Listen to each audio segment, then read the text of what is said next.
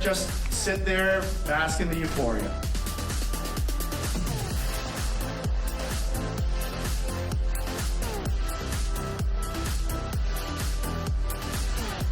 Thank you so much, Canadian Film Festival!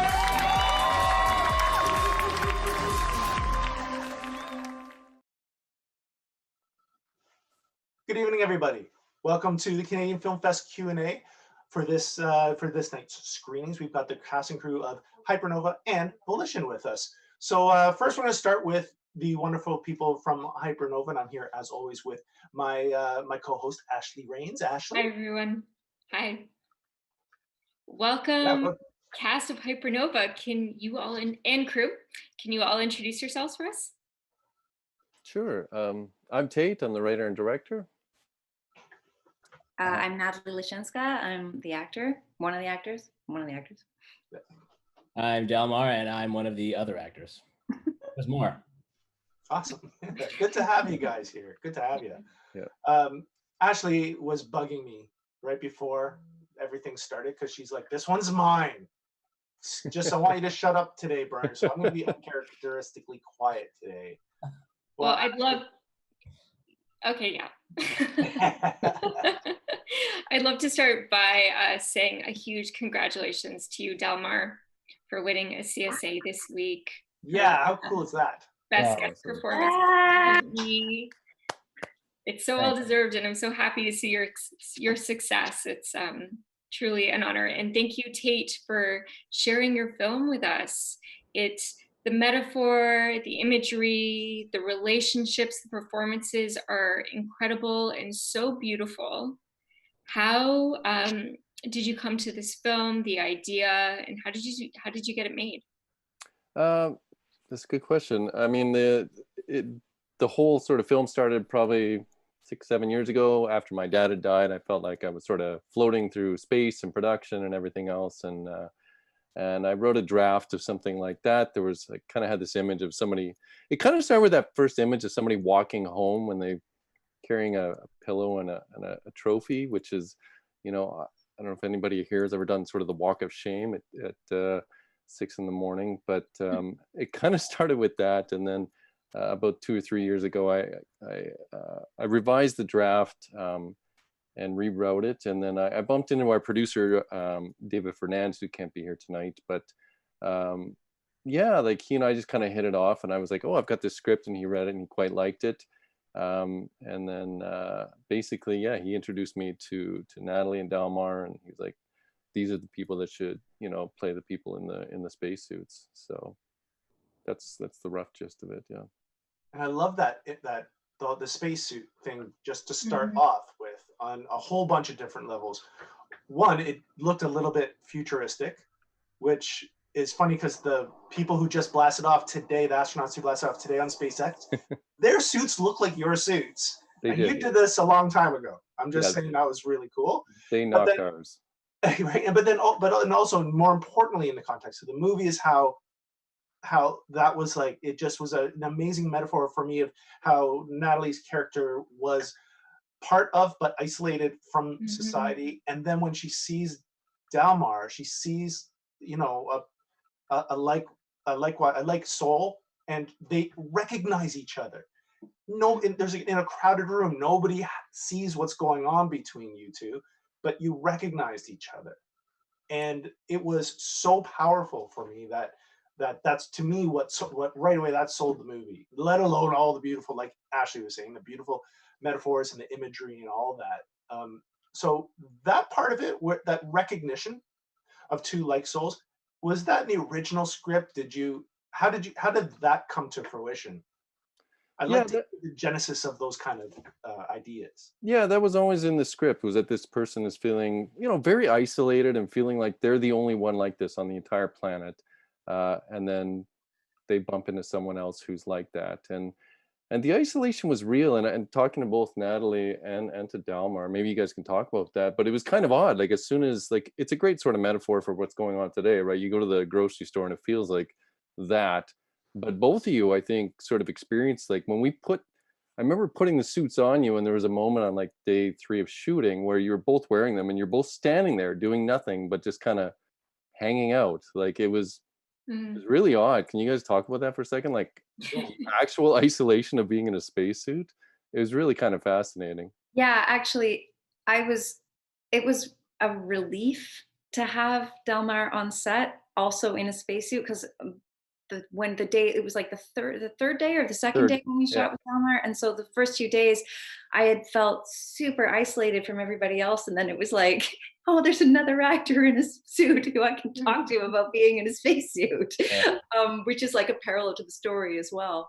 But the spacesuit, I mean, usually when I go to set and I know that I have a day ahead of me where I'm gonna have to delve into some emotional stuff, I'll actually bring with me like triggers, like emotional triggers just from my life, and didn't need them because that suit was there was something about it that in and of itself it was triggering. It was so isolating, and it's so funny how, given the times that we're in now, you know, like what we're talking, using the words isolating, and it was so like Yeah. so it works for what's happening right now, even though the film Tate, you're a prophet, you know, like it feels like he in a way was sort of, you know, talking about things before they happened. Yeah.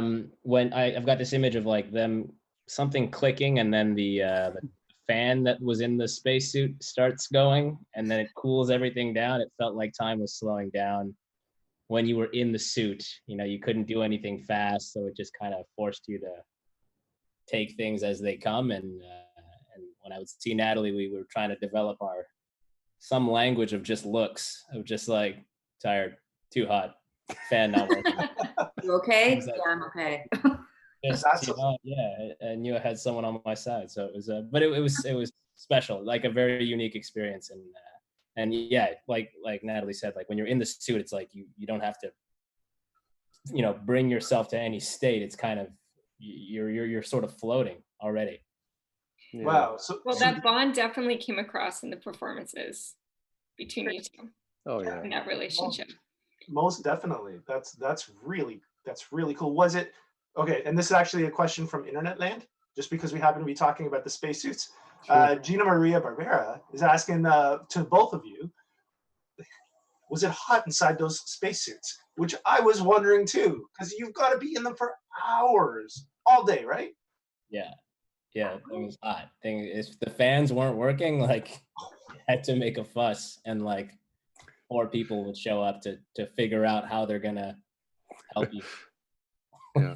And It was so, usually me. It'd be bad, like sorry, like so many times I'm like sorry, Dalmar, because there'd be like condensation. yeah, they do Remember? that. Yeah. And I'd be like, oh, we didn't know your beard was gonna be this big, and I'd have to be wiping. Like I had my hand up in your beard. It was terrible.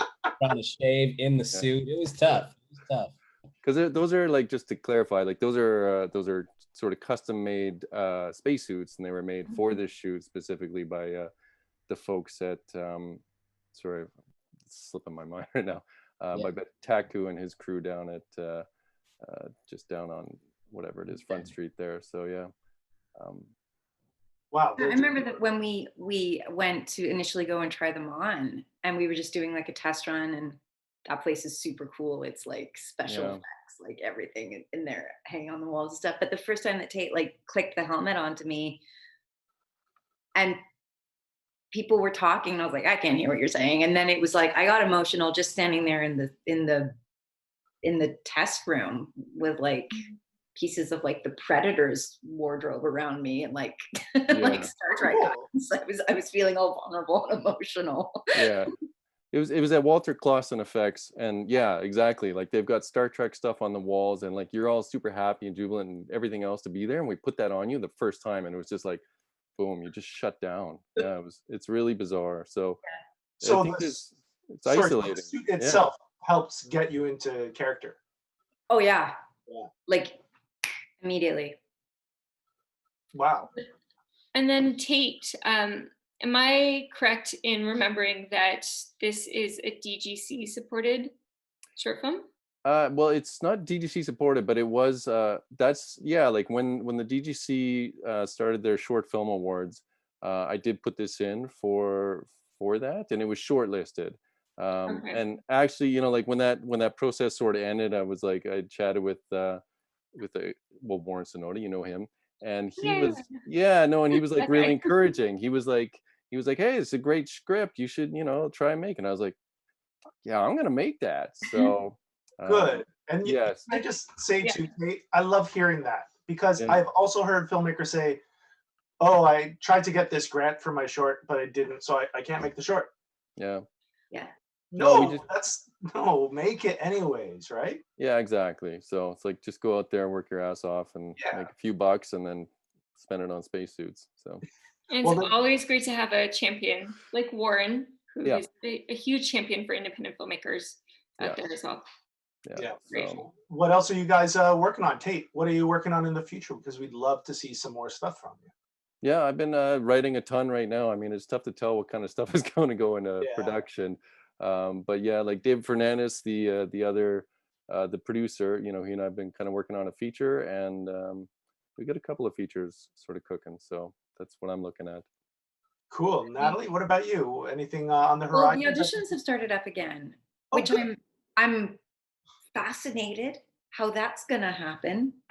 I'm so interested in the brave new world that the entire industry finds themselves in, and what is a film set gonna look at? What is just going into hair and makeup? What is that gonna look like? Yeah.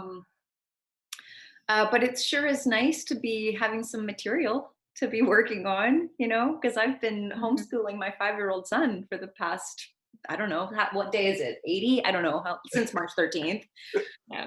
So it's exciting to be brushing off the old acting chops. Cool. Dalmar, are you just Dalmar? basking in the glory of your recent award for a bit, which would be well deserved? Yeah, that's the light that you see is actually coming from the. No, they haven't sent it to me. They haven't sent it to me. I don't know when it's going to get here, but I'm in the same boat as Natalie. Auditions have started up. I'm a counselor on Actor Toronto, and so we meet once a month, and we are hearing from the members and talking about what set is going to look like when we do go back.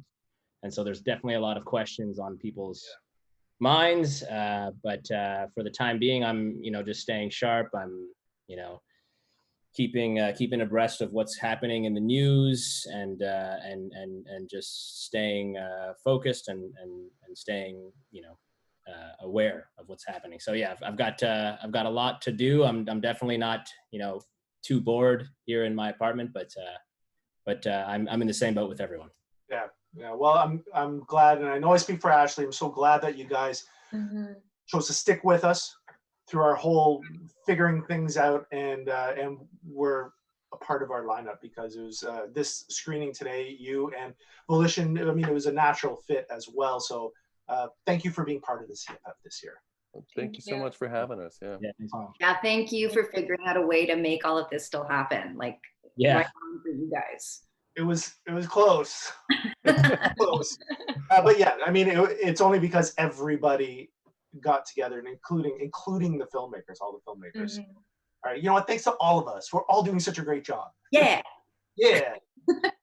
Okay, so hang out for a moment, guys, and I'm going to say to everybody in internet land, a big thank you again to the cast and crew of HYPERNOVA. What a great film. I hope to see more from these folks, and stick around. We're going to be right back with the cast and crew from Volition. See you soon. Bye, guys. Bye, everyone. All right. Thanks.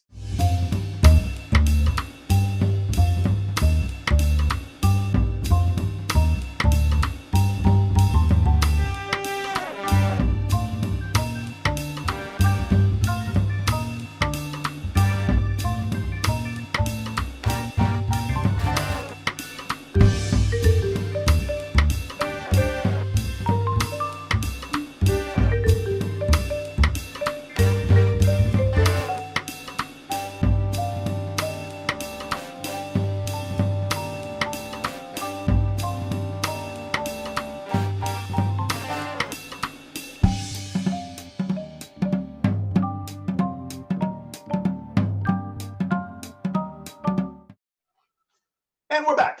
We're back with the cast and crew from Volition. Guys, welcome, welcome, welcome.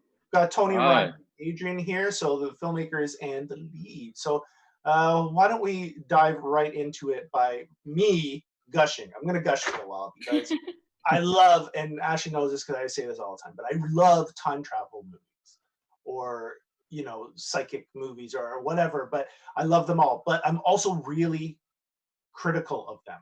Very, very, very critical. So this one, when it came to me, I'm open because I wanna love it. That's how I go into it. All positive vibes, and you didn't let me down.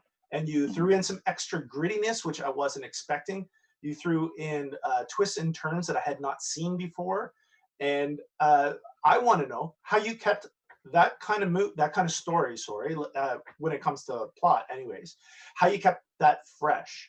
Was that in the writing process, were you consciously thinking of keeping that fresh and how to do something new, or did it just happen accidentally? What is that process like when you're writing something like this?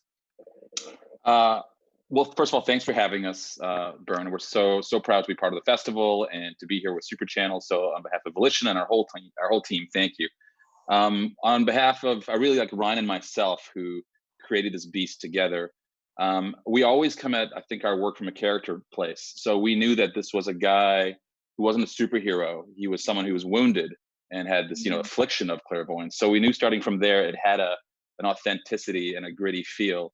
And that extended out, of course, into the casting with Adrian, who brought so much of his own life and his own texture to the role. But to get back to the story, I mean, Ryan can jump in here as well. We hammered this thing out for years. I mean, it was really difficult, actually. We're actually both like 17 years old.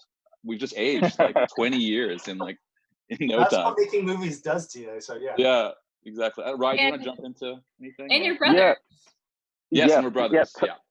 Tony and I are brothers, and you can't really tell who's the older or younger brother because this movie has aged us equally, I think, somehow. But no, the writing process was really just because of the intricate nature of the plot.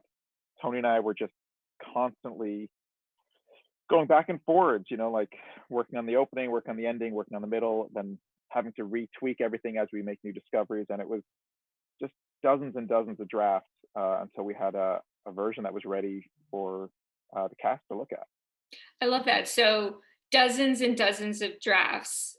How does that translate in years? Like, seriously, like that, being brothers, committing to this genre of film and the intricacies of story and plot and character development. How long did that actually take you? Well, I mean, so the first draft was written in 2012. It almost went to camera in early 2013. It didn't happen for various reasons. And then we kind of parked it for a little bit so that Ryan and I could work on different projects, separate and together. And then we really started cracking in 2014. And again, we shot in 2017. So, I mean, we both have our careers, our day careers. Well, this is our passion project, which is why it was a family affair, which is why my sister was our first AD. My other sister was our caterer. Adrian's an old friend and someone who we, of course, earned this role through his incredible work through the years. But yeah, we had multiple just visions of the film. Like, we knew that the character and the trajectory was the same, but we tried many different ways. So I'm going to throw it over to Adrian now, because this is one thing I really want to ask you. And with all that in mind that they just said, and I know you already even knew that, is that you did look like not even just wounded, but like your character didn't want any part of this. And you had it seemed to me, just learned how to just live with it, just deal with it, just at least just go on your day to day before things started really, coming to fruition and falling on your head without your character being able to maintain much control. So how since you guys knew each other for a long time, were you involved, or did you know about the script earlier, or how much input did you have into how the character was dealing with all this stuff? It had been something Tony and I had been talking about sporadically for quite a long time. Like, I can remember seeing a really early draft, like 8 years ago or something like that. And so I did have some idea. We had done a music video for a song of mine back in like 2011, which weirdly, unintentionally almost acts as like a short film precursor to this, because it deals with some of the same kind of stuff. The look of the character of James is actually exactly the same. Like we took it from that video because it just, I'm in the music video. And so it kind of came from that. But it was sort of sporadic. It wasn't until we like knew we were going to go to camera that we started having more read-throughs, and I started to do my work, and Tony and I actually started to talk more seriously about the character. But I think in all those drafts and developments, it's like, every couple of years I'd read a new one and get some idea of it. But no, I didn't really have a lot of input into what the character was going to be like in those early years. So then when it was go time, what was your process like as an actor in this crazy story? Yeah, it's a hard script to understand, especially You must have so many notes in your script. I did. I had to come up with a system. This doesn't sound very artsy, but I created a spreadsheet. Which basically laid out what the scene was, and then I came up with number rankings for like what emotional level James was at, what physical level of distress he was at, because it was really important to me that because he's in distress for so much of the movie, almost all of it, that there needed to be an arc, or it would be very stagnant. And so that was great to have, because then we'd be halfway through a 15-hour night shoot and going to do this scene, and my brain was kind of dead, and I had all my notes, and I could flip to this page in the spreadsheet and be like, okay, this is where he is, this is what just happened, this is how he's feeling, this is the physical injury that's still dogging him from the last couple, all that kind of stuff. Which I'm so glad I did that, because it was really helpful. And well, I was going to say this, which is so important, because we, of course, when we're filming the movie, we don't shoot everything sequentially. So Adrian has to not only know, like a normal actor, where he is emotionally, like with his continuity, but we also had to like do multiple versions of the same scene on the same night. So he had to really be able to jump around and know that he was seeing himself from a different perspective or something like that. So it was a brain tease every night for all of us. Yeah. And how many shooting days did you have? We had 18 days, which was definitely about 13 too few. Which is why our days and nights stretched. Our crew just like worked so hard. Our cast and crew and everybody on set like gave it everything they had, and I think we just owe so much of this film to them. So absolutely. I think that's probably the best set that I've ever worked on. Just it really felt like everyone, even though it was a lot of night shoots, a lot of hard stuff, it really felt like everybody wanted to be there and wanted to just help out in any way they could. So you would see people jumping out of their normal roles to like carry stuff that they didn't have to carry, and whatever. Just everyone just wanted to make this thing like, and throughout it didn't go away throughout the like quite kind of trying shoot process. Well, I'm sure everybody's got to be crazy proud, because I mean, you guys also screened at a lot of festivals, and won. I counted. I think it was 7.5 million awards or something like that. And like give or take 8, I think. But take 8 or so. Yeah. You guys ended up with a fantastic movie. So yeah, definitely big like round of applause to all those people that helped. Thanks. Yeah. Well, it's a real testament, I think, as well, to a lot of filmmakers and artists have fear around putting their work out there or taking a chance. And Ryan and I questioned the structure of the script, about the plausibility, about so many factors, and we were going to pull it back into like safe land. And every now and then, it's just so nice to take a risk and to have the gratification, the validation from you guys and from other festivals, for having and loving the film. This means everything to us, because we did, the authenticity that you see on the screen, it's there from all of us. Like, we really loved making the movie. Well, so thank you again. And you can tell that the whole team was involved for like even just for example of what Adrian was saying with making sure there was an arc, making sure that his character could give the audience a breath here and there. And that's one of the main reasons I was drawn to it so much, because of that character. Looked like, you know what it reminded me of is like the first Die Hard. It was Bruce. It was like you were Bruce Willis without the comedy bits, really. But it was that guy who, what the hell am I doing here? And I don't want to be here, but I've got to keep going forward. And it was an amazing performance too, man. Thank you. Thanks very much. I remember always loving how Bruce Willis's singlet in that movie goes from being like pristine white to just like kind of green gray by the end of the movie. Yeah. Not that different from your own in the film. Yeah, that's true. Yeah. A lot of the sweat and blood is real on Adrian there. For the film. We thank him. Yeah. So cool. What are your plans next then, guys? What have you got going on? Right, we want to see more. So. Yeah, well, we're working on a couple of obviously follow-ups that are close to Volition. We have something that's in.